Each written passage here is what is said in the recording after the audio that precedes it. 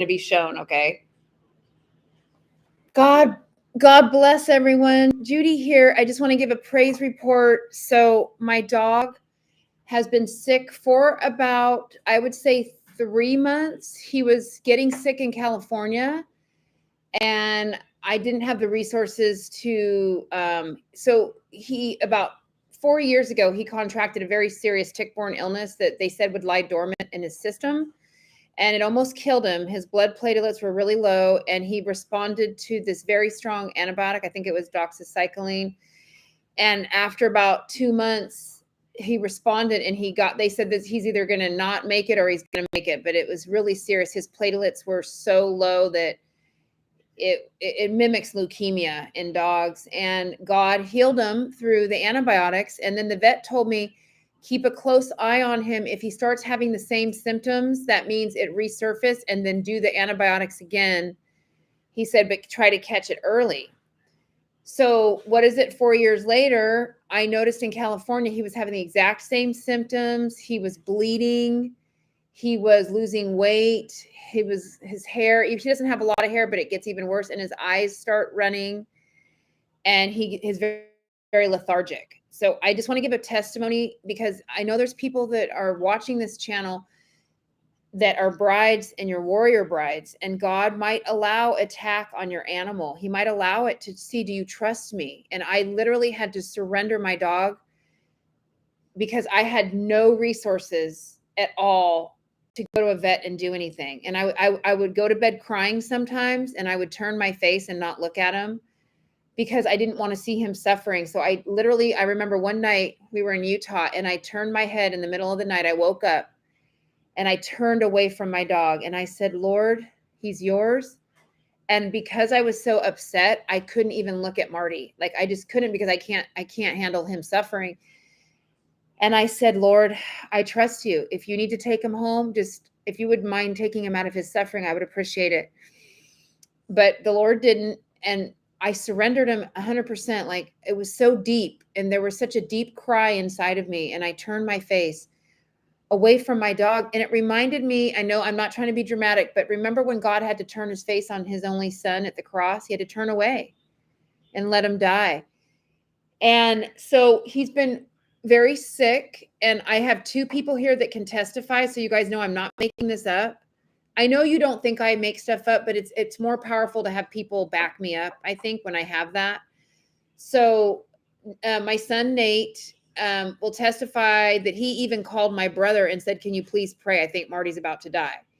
So basically, Marty, on top of everything else, he got attacked by a dog that was not his fault, and he got bit.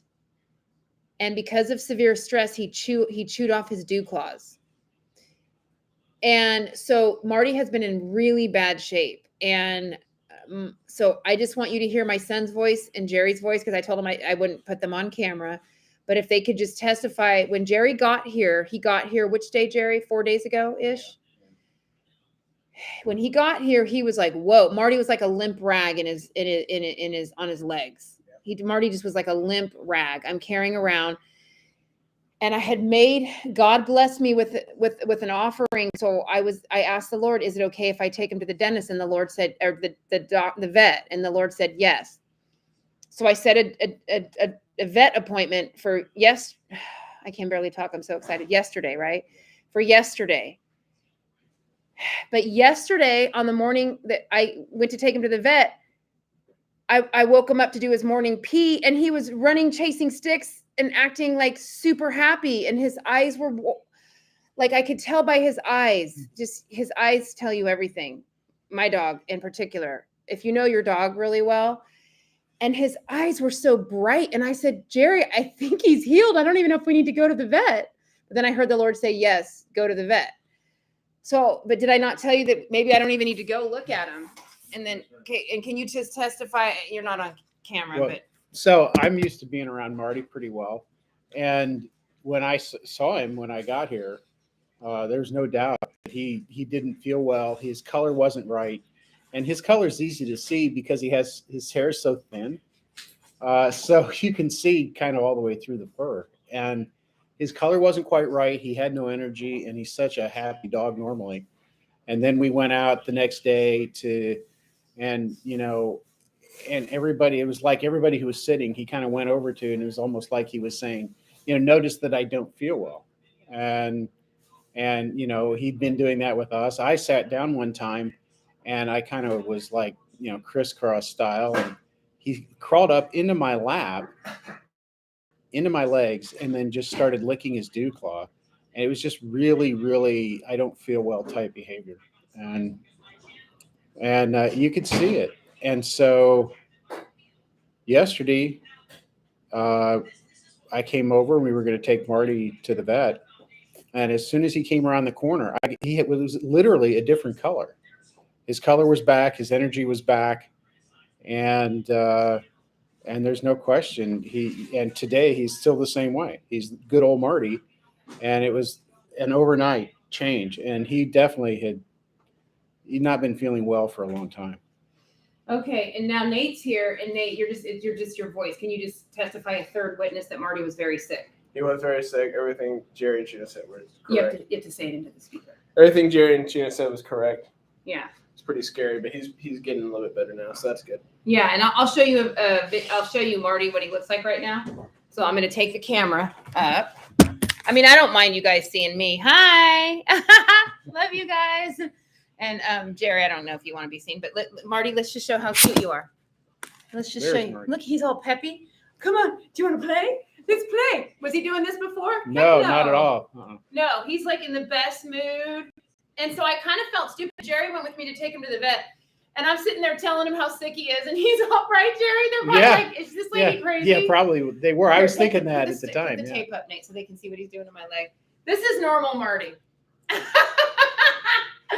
This is normal Marty. Jumping up all around. Let me just show you his bright eyes. Bright eyes. Every now and then I get a little bit lonely. Turn around. Bright eyes. Every now and then I fall apart. But yeah, so he's super happy, wagging his tail. And I'm sitting there at the vet yesterday telling him, the vet, how sick he is. And they're kind of looking at me like, he doesn't look very sick, right? No, yeah, well, he didn't. He didn't, but... And I told him, I said, I swear to you, he was really sick. Right? Did I not, Jerry? And Jerry, you even said at the vet. I was like, I said, I'm telling you, because on the phone, I had told the vet. And so when I went in, I go, I know he doesn't look sick because he woke up well, but I'm telling you, he was sick before I brought him in here. Okay. So anyway, this is the testimony I want to give. Marty, Satan is after the bride. He's after the sheep. He leaves the goats alone because they're lost. He leaves the lukewarm alone because he's got them where he wants them. They're lukewarm. So he leaves them alone. But the bride, the sheep, Satan goes after you. And if he can't use any of his tricks aren't working on you, he's going to go over to your pets. If any of the tricks aren't working on your pets, he's going to go to your kids or your good friends or your family. And I'm telling you, it's just the way it is. And I really feel like there's such a lack of the true gospel being preached that there's a lot of people that need to hear this. You know, God comforted me when my dog has been sick for, I'm going to say it's been about 3 months. It was before I left California. I had told Tana and Stevie, I know he's not feeling well. I know he's not feeling well. And the same symptoms of that tick-borne illness where his breath, it's like death. It's not regular dog breath. It's like death breath. It's so bad. And then his low energy, he gets real skinny, his ribs stick out. And even when he does eat, he can't hold the weight.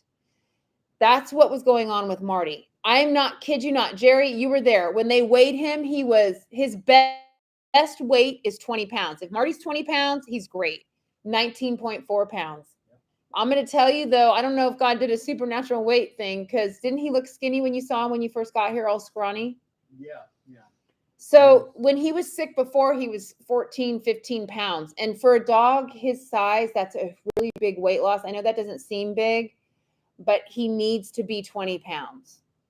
That's what the vet told me, because when he was really sick 5 years ago-ish, they said, no, a dog like him, he needs to maintain the weight. That's too underweight. I go, just 5 pounds? He goes, yeah, just for a dog like this. Yes, 5 pounds is not good. He needs to be 20 or more, but not under that. So I also want to give you guys a testimony for the new listeners here. My dog got 2 brand new teeth. It's on record. And if you go search in my videos, you'll find the video of Marty getting 2 new teeth. So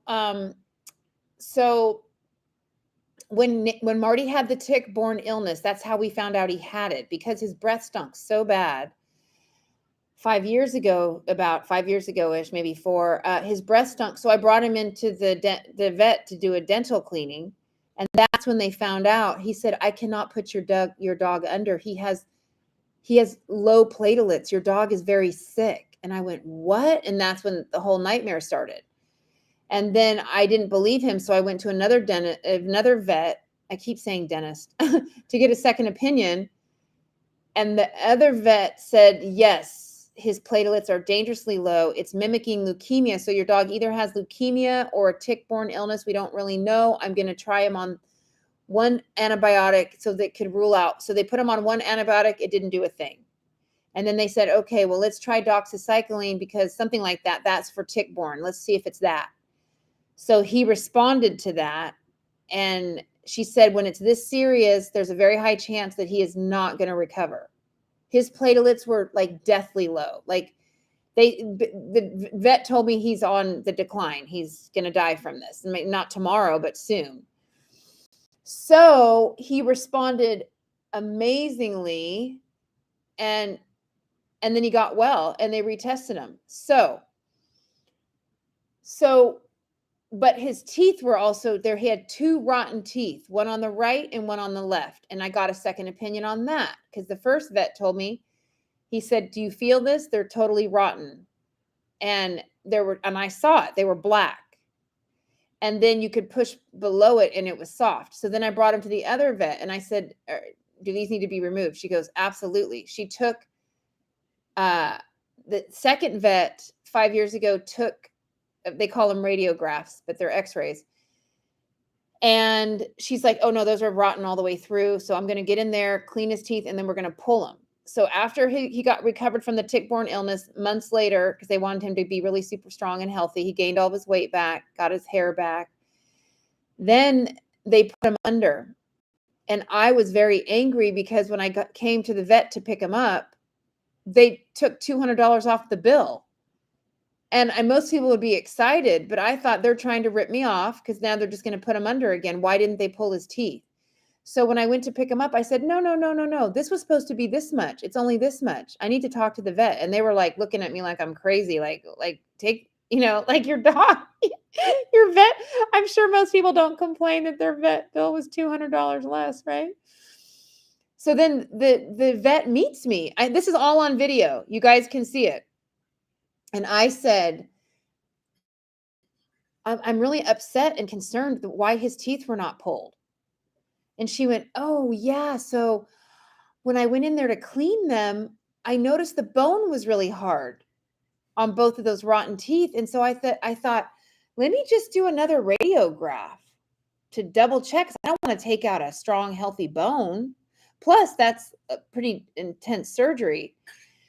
To pull that out. I mean, I don't want to, if his bone is good. And she said, look at him. And then she showed me, because look, they're 2 brand new teeth.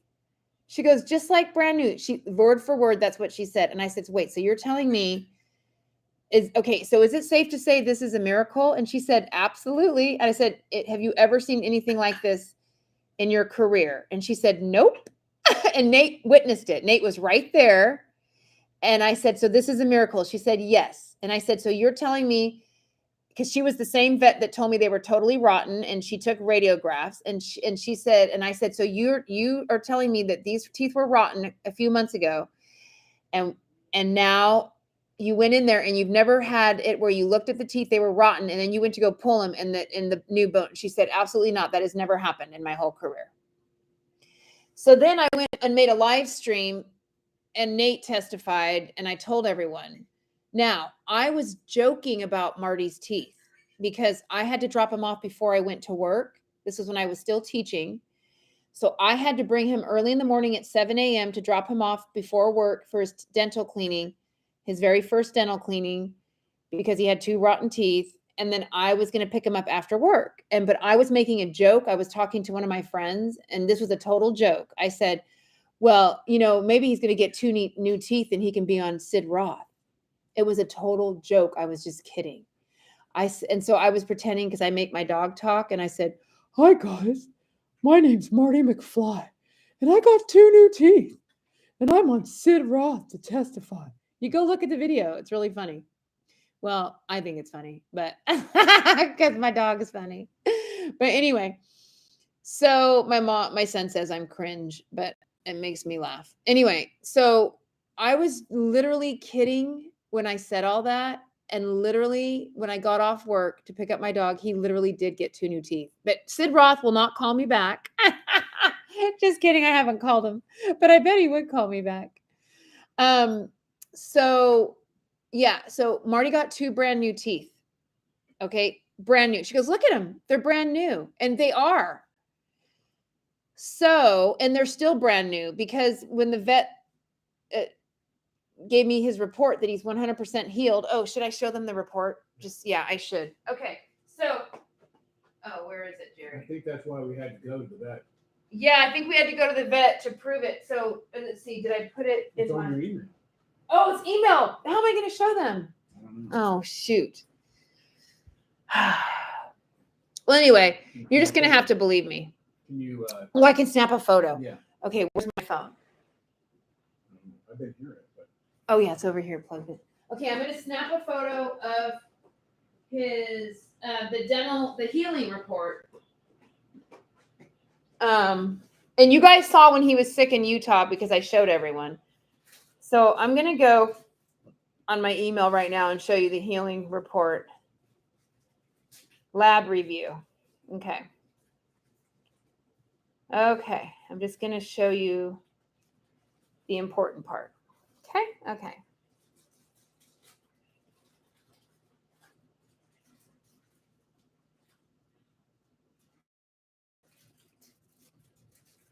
Actually, I'm not even going to show you where he went. I'm just going to do this.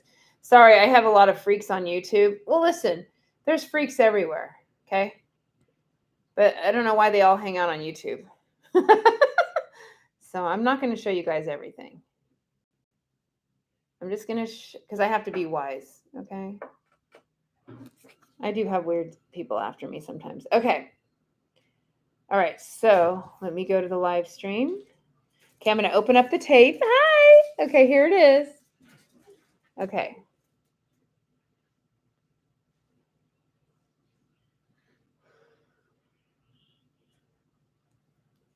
Oh, shoot. I don't know if it's going to work. Here's his lab results. They're all perfect. Don't leave your information to it. I know. Here's his lab results. Okay, it says, good morning. We got Marty McFly's lab results back, and everything looks great. There was no evidence of tick-borne disease or exposure, and his platelet count is normal, blah, blah, blah. And then there's the results, and his glucose is good. Everything's good. He's good. So, okay, so it was 4 years ago, he got 2 brand new teeth. He was stricken with a tick-borne illness. And then before we went around with a new van, so we went around the globe, we went around America in 2019, and then in 2020, he told us to go around in the van. And then Marty was stricken with some back issue where he was going to need major surgery, and that was ruled out. It was going to be like $50,000. So Marty couldn't walk, and God healed him of that. It came and went, and no one knew why, but it was devastating. For weeks, he couldn't walk, and that's when I had to buy a stroller. And we don't know what caused it, and it's never come back. But he was attacked. And so I don't know if you guys remember those days where I showed videos of me with Marty in a stroller because the dog could not walk. Now, The reason why I'm giving this testimony is not to talk about me, but to encourage you that anyone that wants to live a godly life in Christ Jesus will suffer trouble. But you don't understand, God's the one that brought it your way. Quit saying it's Satan. It is Satan because God uses Satan, but Satan doesn't get to touch you unless God allows it. Okay? Please understand this. God allows Satan to come at us. It's scriptural. It happened to Job. It happened to Moses. It happened to Abraham. It happens to everyone that wants to live a godly life in Christ Jesus. But because you've been fed a false gospel, and myself as well, when we have trouble coming our way, we tend to think it's our fault. At least I do.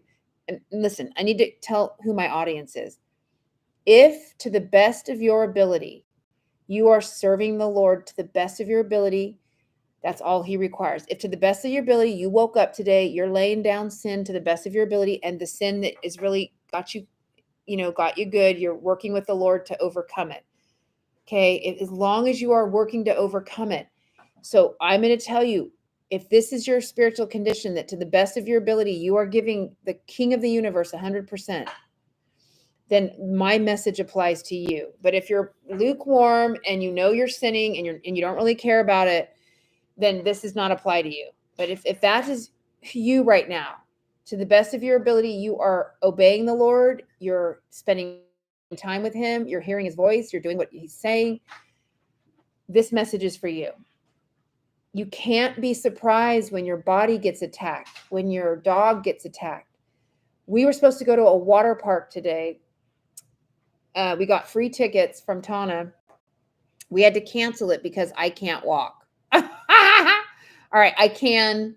Jerry, just tell him. I just walk like a duck. Why don't you just tell him? So can I walk or can I not? She hobbles like a duck. But the Lord told her she needed a rest, which is probably right. Makes perfect sense. Yeah. So for whatever reason, I cannot, but I can go to the parks for the next 2 days because I can get a wheelchair. So we're going to do that. Yeah. We're going to get a wheelchair for me, but for whatever reason, God has allowed both of my legs to be afflicted. So when I say I can't walk, I guess that's a slight exaggeration because I can limp along and I can walk, but it's painful. And God has allowed me to be afflicted. And I'm used to this because since he fell on my son in 2013, he allowed me to be hospitalized 5 times in 1 year. That's why I have a service dog. They have no idea what was wrong with me, but I almost died on the 5th emergency room visit. On the other 4, it was really bad. They said I needed an EpiPen because I have an unknown allergy and I need to figure out what it is because out of nowhere, I would just swell up and I couldn't breathe. But the last time I went, they had to take the urgent care doctor, had to call the ambulance and bring me to the main hospital because she could not get my lungs to open up. And I remember turning my face to the side and I was going to pass out. And I was actually very happy because I wanted to die because I was so sick of waiting for the rapture. It was 2016. So I was actually okay with dying, but the Lord's like, no, you don't get to go. And all I know is I woke up in an ambulance and they're like pushing on me and they're like, you'll be fine. You'll be fine. I'm like in the ambulance, some guys looking down at me, pushing me. And then they bring me to the main hospital. And the doctor tells me, you always have to have this EpiPen on you. You always have to because you cannot breathe. And if we're not here to help you, you will die. So Marty McFly, he is my medical alert service dog, as you guys know. And he goes everywhere with me. But I'm going to tell you, this happened. It's not because I'm a bad girl. It's not because I don't take good care of myself, because I do. I exercise. I eat right. Sometimes I eat too much. I'm not going to lie. But I do take good care of my temple because it's not my body. It's God's body. So, and, God has had me do no sugar. I've just been healthy pretty much my whole life. I don't take any medicines, but if you do, this is no condemnation. I'm just telling you my story.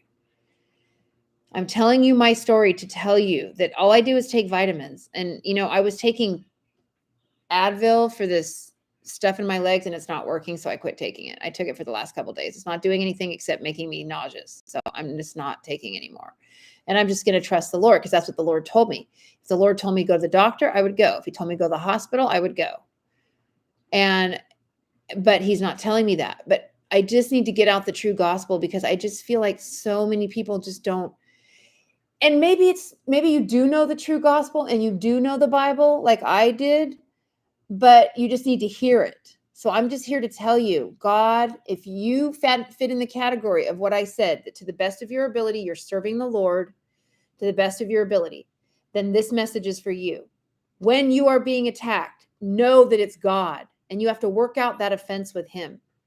Because I frankly think it's rude sometimes. And I have to wrestle with God. God, why are you allowing this to my son? Why are you allowing it to my dog? Why are you allowing it to me?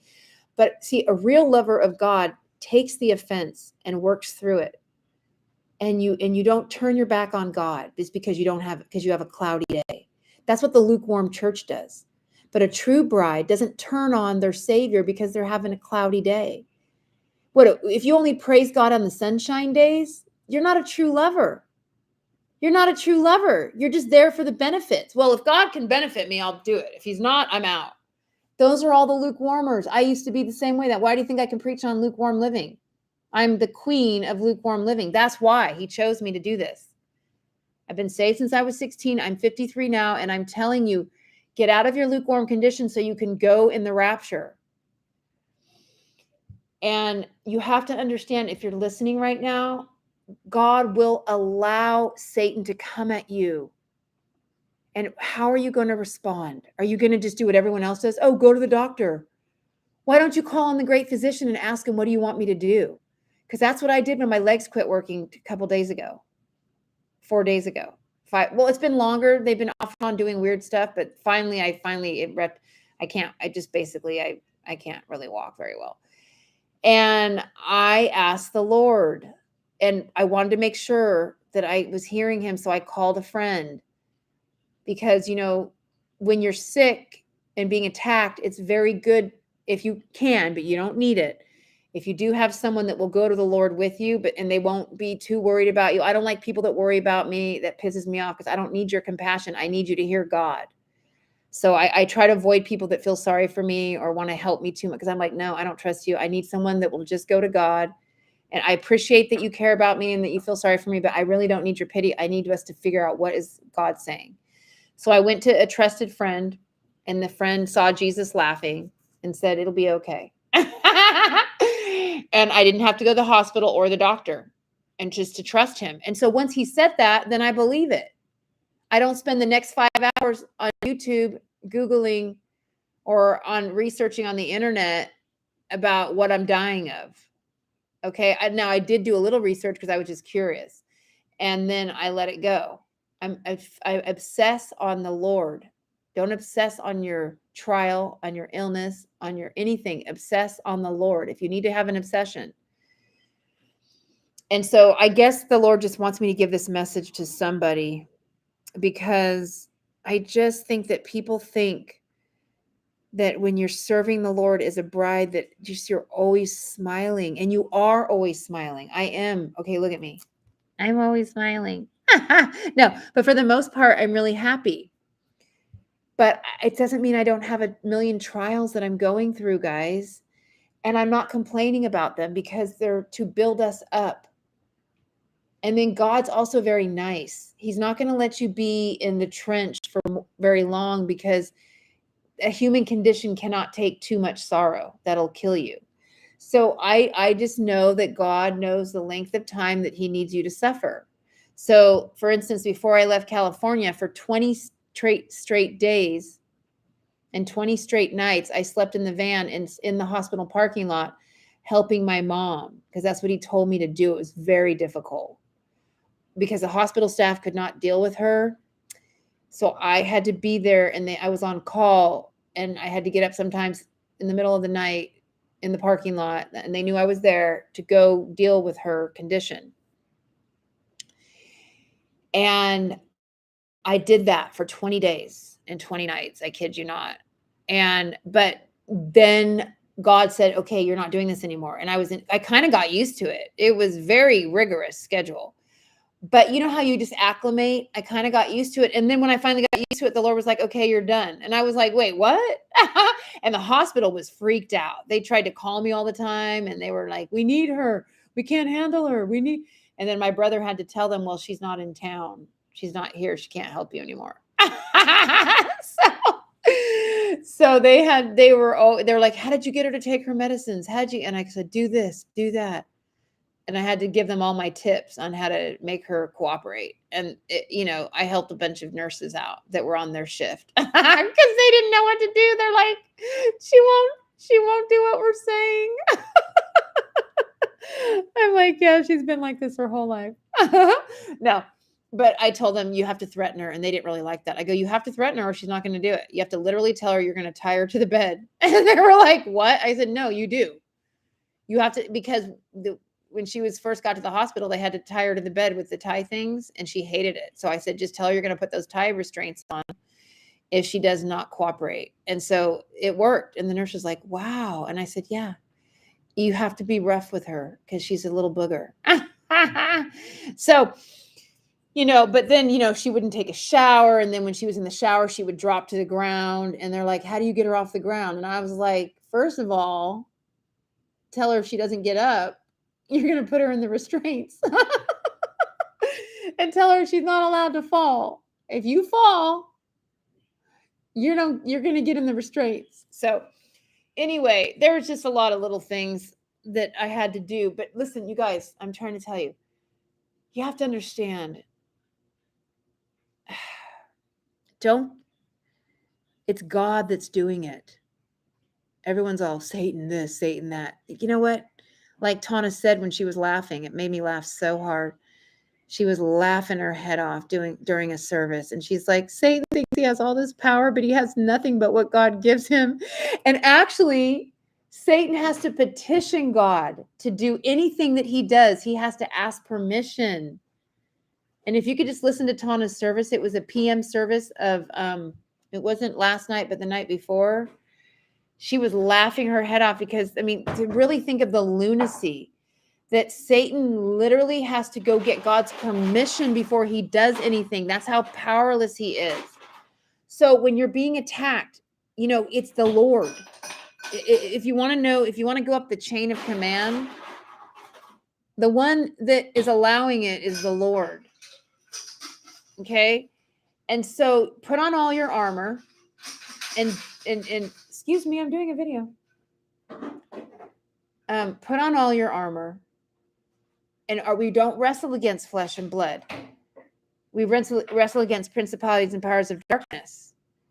But guess who put you in the battle? The King of Kings and the Lord of Lords, who's in charge of the battle.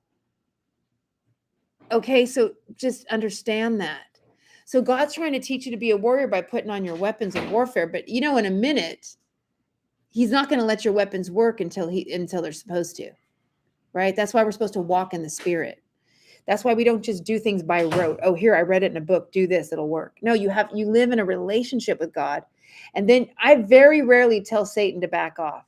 You're very rarely going to hear me because I cooperate with the King of Kings and Lord of Lords. Now, if he tells me break an attack off, I will break it. But mostly I talk with God and I say, well, what's going on? And then he'll say and then sometimes he won't tell me. And then I just trust him. So listen, my dog is healed, but did you notice now I can't walk? Isn't that interesting? It's always going to be something because God is training you up to be a warrior, not a worrier. He's training you up to be powerful, not pathetic. And some of you are just so comfortable with being pathetic. And some of you are just so comfortable with being a worrier. It's almost like it's so comfortable to you that to be anything other than a worrier and pathetic, you're not comfortable with it. Well, you know what? God's saying, let's step up a little. Let's step into my power. Why don't you trade your pathetic for my power? And why don't you trade your worrying for being a warrior? Let's do the exchange now. It's almost time to get married. it's almost time. I'm probably just preaching to myself because I never know where I'm going to live next and where I'm going to have the money to go wherever. So I'm probably preaching to myself. Maybe no one needed to hear this but me. But I pray right now for the bride, for the wisdom of Solomon, the joy of Jesus, the courage of Daniel, and the boldness of David. As we walk down the aisle, we're almost at the altar to marry the groom, the King of Kings and Lord of Lords. We are almost there. Will you get kicked off the altar into the trib, or will your hands be in his hands and he will say, come to my marriage supper of the Lamb. I see that you made your garment without spot or wrinkle, and I see that your lamp is lit. Come to my wedding, you lover of me and lover of others. You judge nobody. You come to my feast. Is that going to be said of you? If he comes today, that'll be said of me, because today I know I'm there. And so it's the race to the altar. And God told a 10-year-old in 2013, Mom, God says hardly anyone's going in the rapture, but Mom, God said in the end, most will be saved. And Mom, God said that most people that were going to be really shocked at who made it and who didn't. Because this is what's so bad about being lukewarm, is that God hands you over to delusion so you think you're okay when you're not. How do I know this? Because I was like that. I thought I was okay, but I wasn't. He handed me over to delusion because he didn't want me to live such a horrible life. Actually, when God hands you over to delusion, it's his mercy. He's being sweet. But when you're ready to come out of that delusion and you're serious, God will lift that delusion off of you and he'll say, you ready to do it now? Exactly what I say. And I'm like, yeah, I'm all right.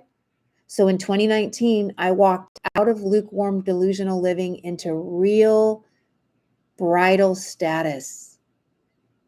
I've been saved since I was 16 in my bedroom. I'm 53. He fell on my son in 2013. And let me tell you, in 2019, out of nowhere, I was teaching high school English. I told the teacher next door to me, which we do all the time, I go, can you watch my class? I got to go pee, because I'm just known for having to pee all the time. Okay. So he's like, yeah, he opens the middle door. I run to the bathroom. On my way, October 21st of 2019, the King of Kings and Lord of Lords stopped me like Paul on the road to Damascus. I swear to you. And he said, get your kid, get your dog and your cat and get out of here. I'm about to burn this area, the worst burn it's ever seen. And that was in 2019. And we had already suffered the horrible fires of 2017 and 2018. Paradise was burnt down in 2018, 2017, our neighborhood, the fire turned, but a lot of my fellow students and fellow teachers lost everything. They came to school with nothing. They were all living in trailers because everything, they lost horses and farms, because in Northern California, it's very farm-ish. And he said, get and go. And that was the beginning of me walking in total surrender and obedience, folks. I literally was like, well, where am I going to go? I'll tell you. Get out. And then so I go home and I live with my sister. We split rent and we rent a house. And she goes, what are you doing? Are you crazy? I said, the Lord said it's going to burn and we got to go. And I have like 24 hours. She's like, are you joking me? And I go, no. She goes, well, you're going to leave? Where are you going to go? I go, I don't know. He said, I have 24 hours. And then I begged God for a little more time, because you picture it's a regular day and you have 24 hours to figure out what you can slam in your little teeny car. It says 4-door sedan, a little Toyota Yaris with a cat that needs a litter box, with a dog, a teenager that's 16, and me. And I'm supposed to pick what I need. And I don't know what's going on, except it's going to burn and he doesn't want me there. That marked the beginning of my total surrender and obedience that day. And so since 2019, I can tell you, my name is Judy and I'm no longer an alcoholic. My name is Judy and I'm no longer a lukewarm liver. Get it? A lukewarm liver? Okay. That's not funny, but that was funny. I am no longer a wolf. I am a sheep. I crossed over because I walked into true obedience. I was freaked out. I'm like, and then I asked the Lord, I begged him, can I at least have a little more time? He goes, 36 hours and then you're out. So he gave me from 24 to 36 hours. And he was so serious and I was freaking out. And I was like, wait, okay, I have 36 hours. And so I'm just putting stuff in the car. I'm trying to figure out, how do I travel with a cat in a litter box? I was not understanding how I was going to do that. Because I had just bought one of those fancy litter boxes. So I was like, I couldn't bring that one because that is not. So all I could do was go buy a Tupperware. Literally, I went and bought like a Rubbermaid Tupperware to put in the back seat of the car. Because I'm like, that big, huge, fancy cat thing isn't going to work. And I had 36 hours to obey the Lord. And I didn't even know where we were going. And my sister was like yelling at me and she was like really mad. Like, well, what do you guys are crazy? Are you sure you're hearing God? Why is he going to, and if it's going to burn, like, where are you going? I don't know. He just told me to go. I don't know where I'm going. I don't know what I'm doing. I'll be in touch. And don't worry, I'll keep paying rent. Don't worry, I'll keep paying rent because, you don't want to leave someone high and dry. You can't just be like, oh, by the way, now you have to pay the full rent. You guys know rent in California is very expensive. So I kept paying her rent and I didn't know if I was coming back. And little did I know that was going to be the end. I was never coming back. And I went out and paid rent for about another full year. But I never lived there again. I have never lived there since 2019. I never lived there again. I never went back. I went back to do a few things and grab stuff, but I never have lived there since 2019. So are you a lukewarm liver? Anyway, do you want to be a wolf or do you want to be a sheep? Cross on over. It's probably not too late. Some of you it might be, but I don't know. The Lord knows the measuring rod. He knows how many times he's going to give you, but that was my last time. I'm going to be honest with you. That was my last time. That was my last time. Judy, you're going to obey me or you're not. Because I'm going to tell you, I was one of those people just like you, where God would tell me to do certain things and certain things I couldn't wait to do. And the ones that I didn't want to do, I did what you did. Oh, I didn't really hear that. Or he's not going to make me do that if I don't want to. That's not true. I would pick and choose what I was going to obey. That is called a lukewarm liver. Why is that funny? Anyway, that's a lukewarm wolf.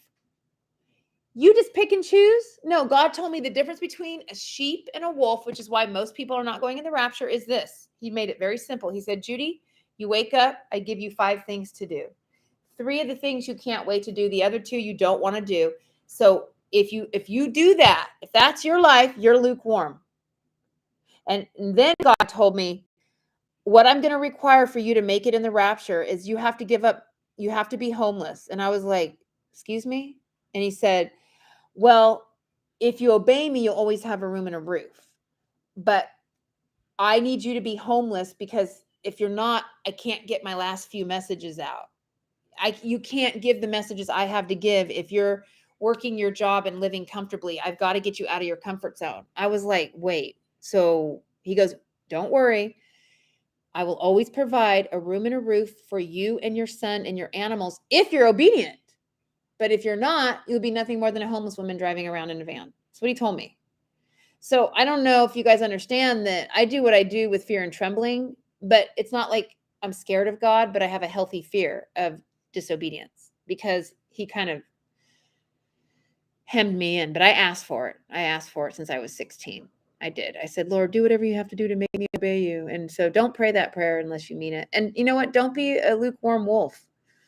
And right now, if you're listening and you're not sure, you're like, you know what, Judy, maybe that's me. Then just say, Lord, in Jesus' name, I want to know, am I lukewarm? Am I going to be one of those people that's surprised that I didn't make it? I don't want to be one of those people that's surprised. Why didn't I make it into the rapture? Why am I left behind? Because when God says hardly anyone's going, you guys, and you know what he told me? He said, Judy, they largely ignore me. And guess who ignores me the most? The ones that say they love me the most. He goes, they don't even talk to me. And then I started crying because I said, that's me, Lord. He goes, yeah, but you don't do it anymore. But I used to ignore him all the time. He goes, Judy, I'm largely ignored by most of creation. And what really killed me was when he said, and especially the ones that say they love me and believe in me. And then I was gone. I started weeping because I said, that's me. He goes, yeah, but you don't do it anymore. And I don't ignore Jesus. I don't. I ask him everything. What should I do? Listen, I'm trying to scare you because God told me that that's what he uses to save everyone is fear. Because unfortunately, he's working with a bunch of stiff-necked humans. So, it is, God told me his number one way to get everyone to bow their knee is to scare the shit out of them. Okay. So, unfortunately, if we were a little bit more, if we were easier to work with, God wouldn't have to do that. Amen. So it's not really his fault that he has to do that. So don't be a lukewarm liver.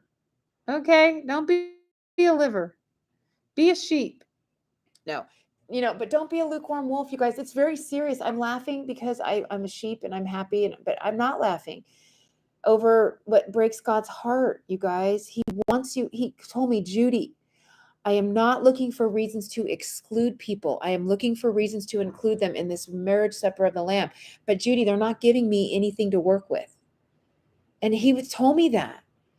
And he said, tell them, Judy, preach the truth. Tell the truth about my wedding supper. It's a works-oriented event. It is not a salvation event. Most of creation in the end is going to be saved and they're going to make it to heaven. But this wedding supper, this great rescue before the tribulation, it is a works-oriented event. And everyone's going to tell you, oh, you got saved at 2 years old. You're going in the rapture. No, you're not. You're not going in the rapture if your lamp is not lit and you've not made your garment without spot or wrinkle. And that lamp lit and that garment without spot or wrinkle is your obedience. The Bible clearly says, if you love me, you obey me. And it also says, if we keep on sinning after knowing the truth, there no longer remains a sacrifice for sin. So all those people that think that they can just keep doing the same repetitive sins, there's no sacrifice. If you don't take the overcoming blood of the Lamb that was spilled, and it was such a horrible thing that he had to go through, and you just cheap it, you're just so cheap with it. Oh, I'll commit adultery. He'll forgive me. Oh, I'll keep walking in unbelief, because believe me, unbelief is worse than adultery. God hates doubt. God told me one day, he said, Judy, quit doubting me. How do you think I feel? And I said, how do you think I feel when you don't do what you say you're going to do? And he goes, how do you think I feel when you don't believe me half the time? And I do all these miracles for you and you still walk around full of fear. How do you think that makes me feel? That's what God told me one day.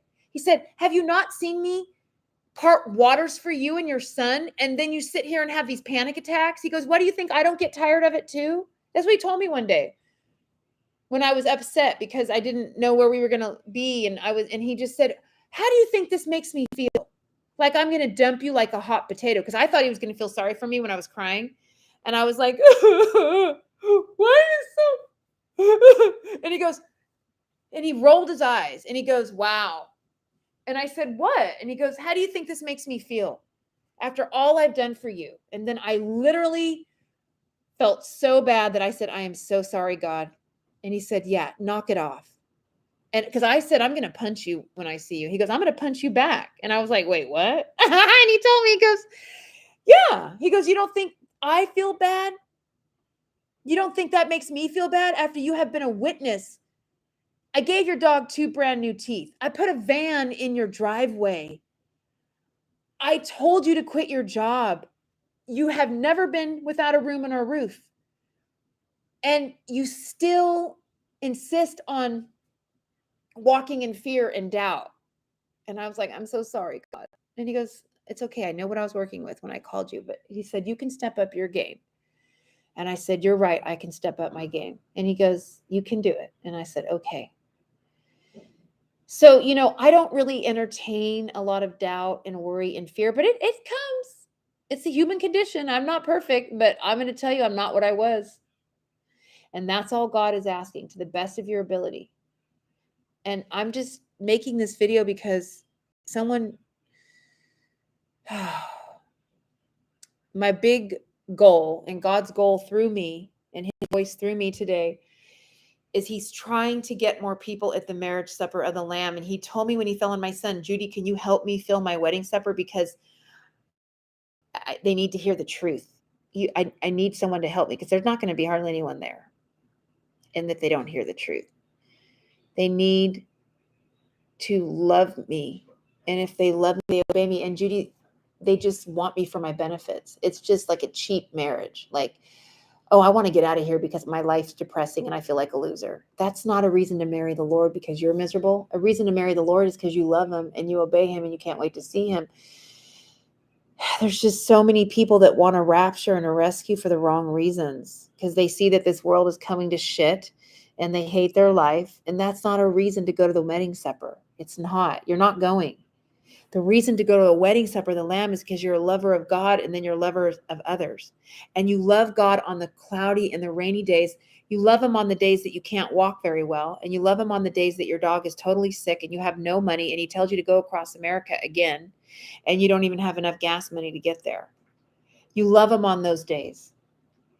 Okay? That's the real gospel. So guys, I love you. God loves you. And he's looking for reasons to include you, not exclude you, but you're not giving him any. Please cross over from wolf to sheep. And if you're listening to this message and you're not sure, then err on the side of caution. Say, God, okay, let's just say I'm a wolf. How do I come over to the sheep side? What are you requiring of me in my life? And quit saying you can't hear his voice, because you're being lied to. The Bible says, my sheep hear my voice and they know me. And guess what? In order to hear a voice, you have got to spend time in dialogue. Everyone's like, I can't hear God. Well, did you even talk to him today? And oh, let me guess, you gave up in 5 minutes. Well, guess what? I talk to God all day long in my brain, out loud. I just never shut up. I'm always, even when I'm with other people, and even while I'm doing this video, me and God are talking in my brain. Because that's a supernatural relationship. You're able to have two conversations going on at once. I'm hearing the Lord in my head say, Judy, you're almost done, but I just make another plea. And that's why I keep talking, because I keep hearing him say, you're almost done, but not yet. He loves you. God loves his people groups. He loves his sheep, his wolves, and his goats. There's only 3 people groups on earth. He told me that. I said, thus says the Lord. And in order to go to the marriage supper of the Lamb, you have to be a sheep, which is a bride. You cannot be a lukewarm wolf. You cannot be a lost goat. But you can be a wolf and a goat and go to heaven if you repent in the trib. And most of you will, because God's going to use fear to save most of you. But right now, there's no fear of the Lord in the land, because a bunch of preoccupied people. So God interrupted our theme park day today. We were supposed to be at the water park, me, Jerry, and my son. And he interrupted the day. He made my feet not work. And when I woke up, it was like, no, you're not going to be able to walk up those stairs. And at the other theme parks, I can get in a wheelchair. But, God obviously wanted to get this message out. He wanted this message out. And Stevie had prophesied to me yesterday, Judy, I see you with God. And he said, he's going to tell you something very special. And this was the message. And if my legs start miraculously working now, that'll be neat. I'll let you guys know. But for now, there's still something going on where it's hard to walk. And, I gave God permission to do whatever he had to do in my life to get me to do the highest call, to do his perfect will. I prayed that when I was 16. I've never regretted praying it, but sometimes I'm like, wow, that was crazy. But, I'd rather be crazy with the Lord than bored in the world, because it's very exciting to walk with the Lord. It's very fun. That's what I don't want to leave that out. You're going to have trials and troubles and struggles, but it's so fun to be on the cutting edge of what God's doing. And we're on the cutting edge of going home, church. The bride is about to leave.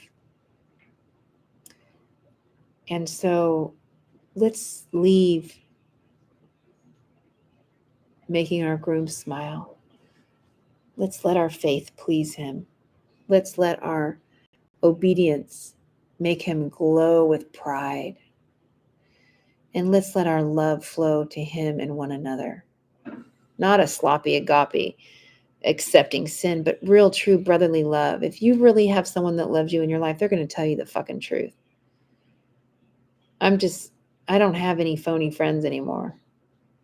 They're going to tell you, if someone really loves you, they're going to tell you the frickin' truth. You have a bunch of people patting your back. I'm trying to tell you, you need people that will love you enough to tell you the truth. And I love you enough to give these messages. Okay? I love you enough to tell you the truth. That most of you listening are lukewarm. You don't get to go to the altar and say, oh, I gave you 99%, 100% to the best of your ability. Well, I told you to give away that car and you didn't do it. So off to the trib with you. I don't know how many chances he'll give you before he says, I'm done. But God is not a foolish lover. He told me that in 2013 after he fell on my son. He said, Judy, they think I'm a foolish lover. They think they're going to marry me for my benefits. They just want a ticket out of here, but they don't really love me. That's what he told me.